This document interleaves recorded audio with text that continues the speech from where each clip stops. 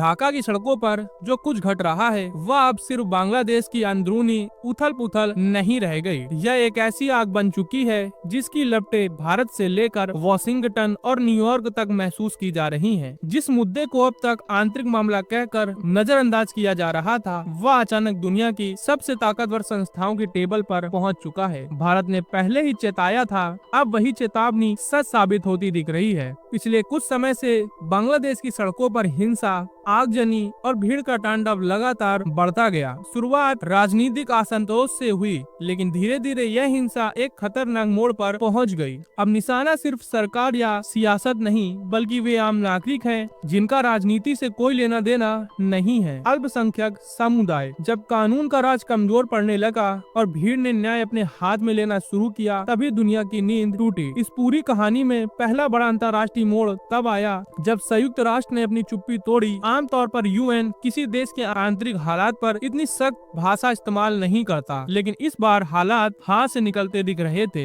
UN महासचिव Antonio Guterres के प्रवक्ता स्टीफन दुजारिक ने साफ शब्दों में कहा कि बांग्लादेश की मौजूदा स्थिति बेहद चिंताजनक है। कूटनीति की भाषा में यह एक बहुत भारी शब्द होता है। उन्होंने ये भी स्पष्ट किया कि अंतरिम सरकार की जिम्मेदारी है कि वह हर नागरिक की सुरक्षा सुनिश्चित करे। धर्म, जाति या पहचान के आधार पर कोई भेदभाव नहीं होना चाहिए। यूएन मानवाधिकार उच्चायुक्त ने तो और भी साफ संदेश दिया। उन्होंने कहा कि 2026 में प्रस्तावित चुनाव तभी सार्थक होंगे जब देश में शांति और सुरक्षा का माहौल होगा, वरना लोकतंत्र सिर्फ नाम का रह जाएगा। यह बांग्लादेश की अंतरिम सरकार के लिए एक सीधी चेतावनी थी। हिंसा रोकिए वरना अंतर्राष्ट्रीय नतीजों के लिए तैयार रहिए। लेकिन असली भूचाल तब आया जब अमेरिका भी खुलकर सामने आ गया। दक्षिण एशिया के मामलों में आमतौर पर संतुलित और सावधान रहने वाला अमेरिका इस बार भारत की चिंताओं के साथ खड़ा नजर आया है। अमेरिकी संसद के दो प्रभावशाली सांसद राजा कृष्णमूर्ति और सुभाष सुब्रमण्यम ने बांग्लादेश में अल्पसंख्यकों पर हो रहे हमलों को लेकर तीखी प्रतिक्रिया दी। राजा कृष्णमूर्ति ने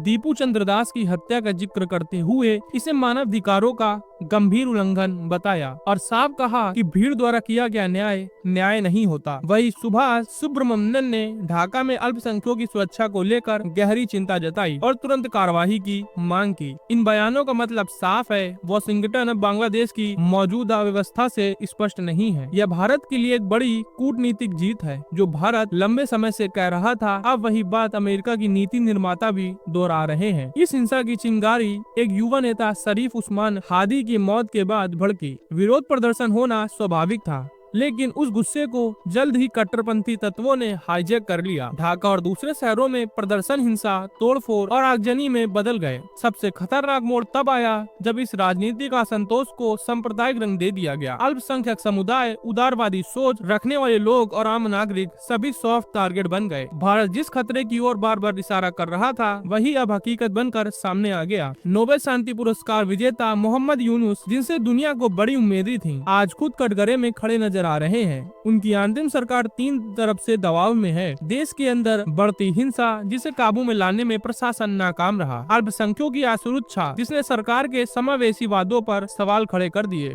अंतर्राष्ट्रीय दबाव, जहां अब यूएन और अमेरिका भी जवाब मांग रहे हैं। दुनिया यह पूछ रही है कि जब सड़कों पर भीड़ कानून तोड़ रही थी तब पुलिस और प्रशासन कहां था। इस पूरे घटनाक्रम ने भारत के रुख को अंतर्राष्ट्रीय स्तर पर सही साबित किया। भारत ने हमेशा एक स्थिर, शांत और लोकतांत्रिक बांग्लादेश का समर्थन किया है, लेकिन स्थिरता की कीमत निर्दोषों के खून से नहीं चुकाई जा सकती। अमेरिका का भारत के साथ खड़ा होना चीन के लिए भी एक स्पष्ट संकेत है। पश्चिमी देशों को अब यह एहसास हो गया है कि दक्षिण एशिया में स्थिरता का सबसे भरोसेमंद स्तंभ भारत ही है। यह भारत की सॉफ्ट पावर और मजबूत कूटनीति का परिणाम है कि आज दुनिया वही भाषा बोल रही है जो नई दिल्ली पहले से बोल रही थी। ढाका की सड़कों पर फैली अराजकता ने यह साफ कर दिया है कि भीड़ तंत्र किसी भी लोकतंत्र को खोखला कर सकता है, लेकिन साथ ही यह भी उम्मीद जगी है कि अंतर्राष्ट्रीय दबाव के चलते बांग्लादेश की सरकार अब ठोस कदम उठाने को मजबूर होगी। भारत ने दुनिया को आईना दिखाया है और अब पूरी दुनिया उस आईने में झांक रही है। यह सिर्फ बांग्लादेश की कहानी नहीं, यह चेतावनी है, सबक है और आने वाले समय की दिशा है। तो दोस्तों, यह वीडियो आपको पसंद आया हो